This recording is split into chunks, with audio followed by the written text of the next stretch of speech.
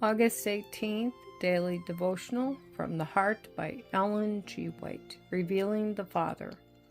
He who has seen me has seen the Father. John chapter 14, verse 9. The fact that the people were more interested in Christ's teaching than they were in the dry, tedious arguments of the Jewish teachers maddened the scribes and Pharisees. These teachers spoke with uncertainty, interpreting the scriptures to mean one thing and then another.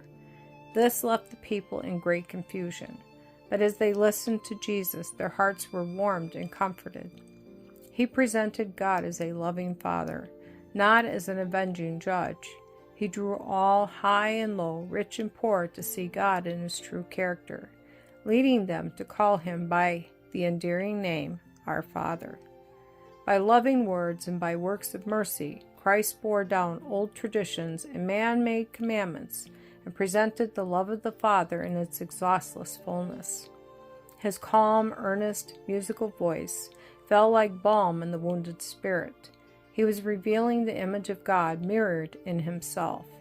He presented to His hearers the truths of the prophecies, separating them from the obscure interpretations which the scribes and Pharisees had attached to them. He scattered the heavenly grains of truth wherever He went. Determined to hear what Christ said to His disciples, the scribes and Pharisees kept spies on His track.